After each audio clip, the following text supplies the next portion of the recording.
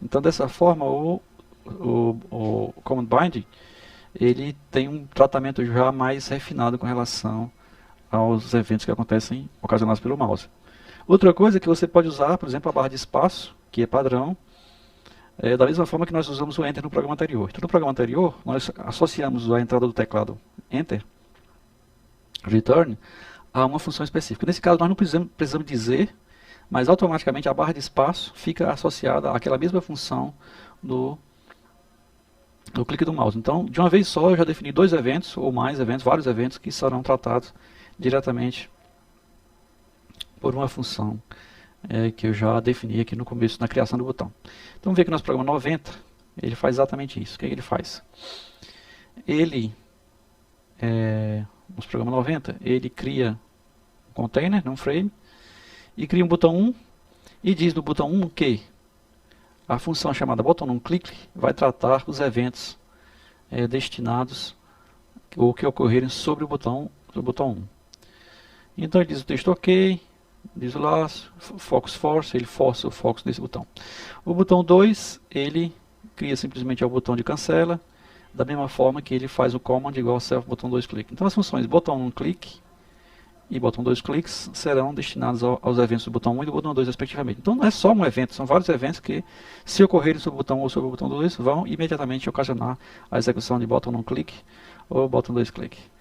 Então é assim que vai funcionar exatamente o nosso programa 90. Vamos ver aqui, vamos limpar nosso vídeo.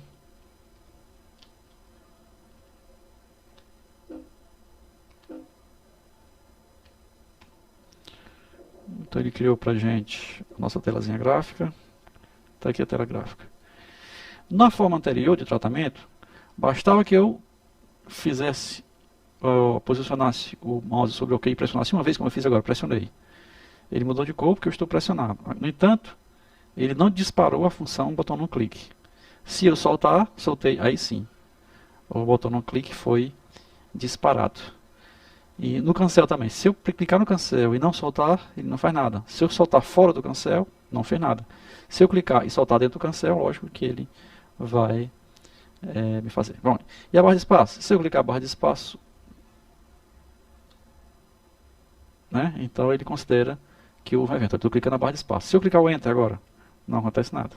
Se eu clicar o Tab e o Enter, o foco vai estar no cancel e ele não vai fazer nada. Mas se eu clicar a barra de espaço, ele fecha a minha janela dizendo que foi o botão 2, foi clique sobre o botão 2. Na realidade foi pressionando simplesmente a barra de espaço.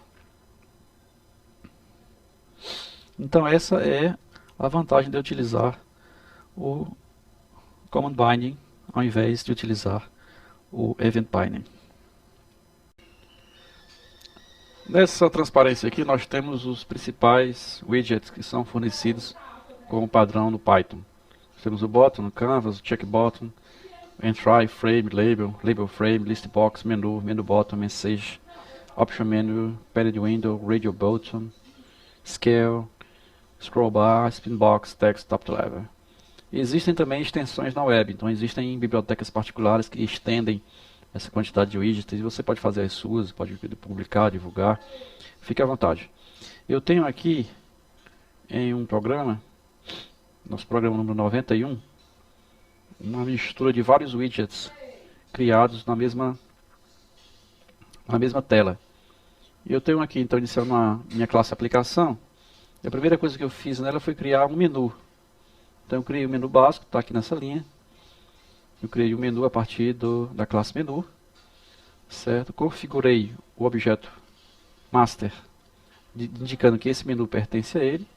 Então a opção config menu igual a self.menu. A seguir eu criei um submenu.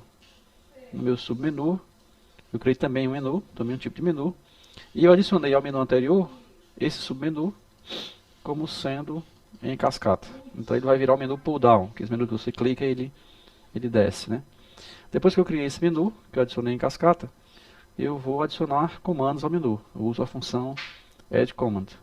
Eu adiciono um comando, o label para ele, o rótulo é nada, e o command é a função nada que pertence à classe.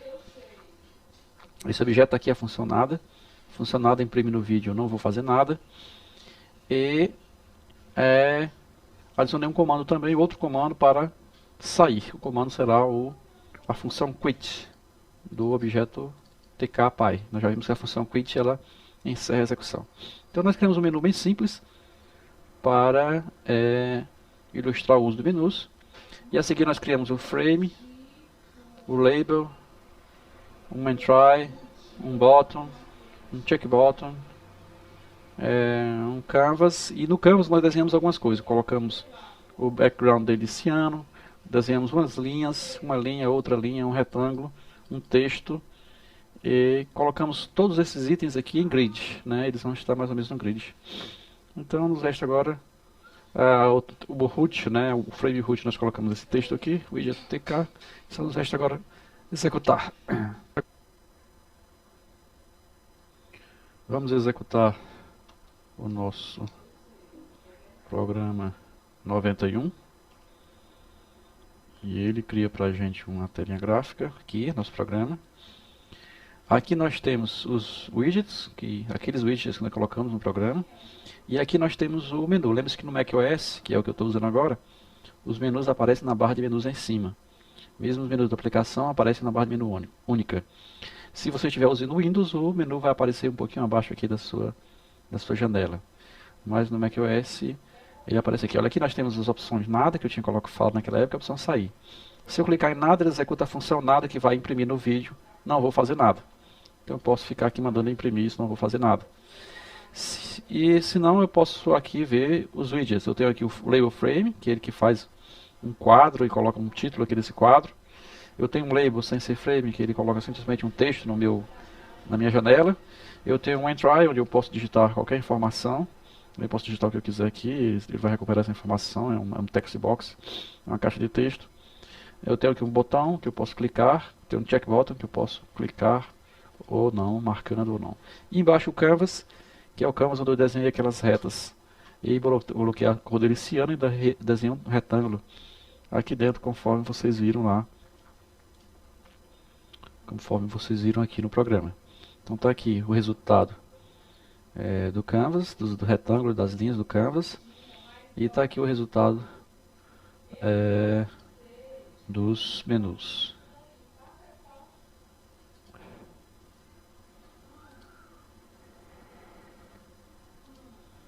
Bom, para sair, ou eu fecho aqui fecho a janela, ou eu escolho a opção no menu sair.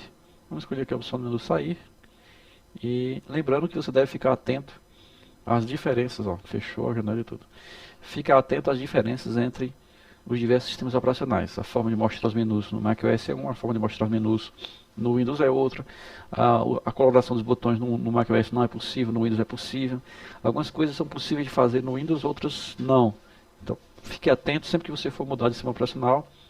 Fique atento a essas diferenças e você pode, usando aquele módulo OS, fazer rotinas específicas para determinado sistema operacional. Se o OS é Windows, você pode fazer rotinas para o Windows.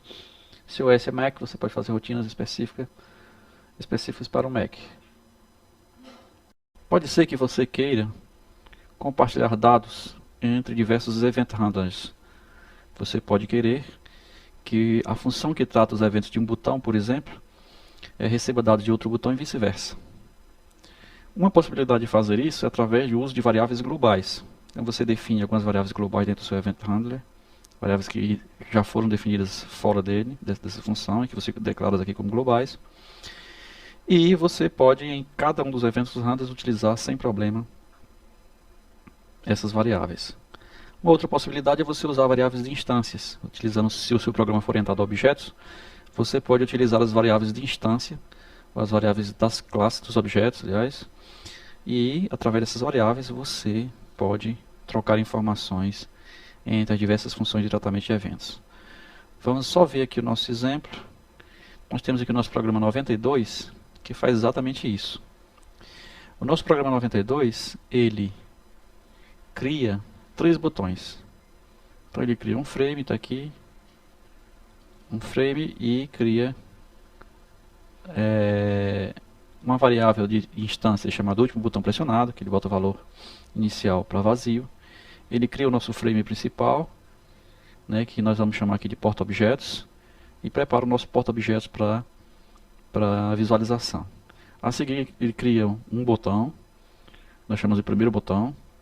Esse primeiro botão recebe como argumento o nosso porta-objetos master, que vai ser o master do botão, recebe um texto, nenhum clicado, e recebe um comando, uma função de command binding chamada primeiro botão clique.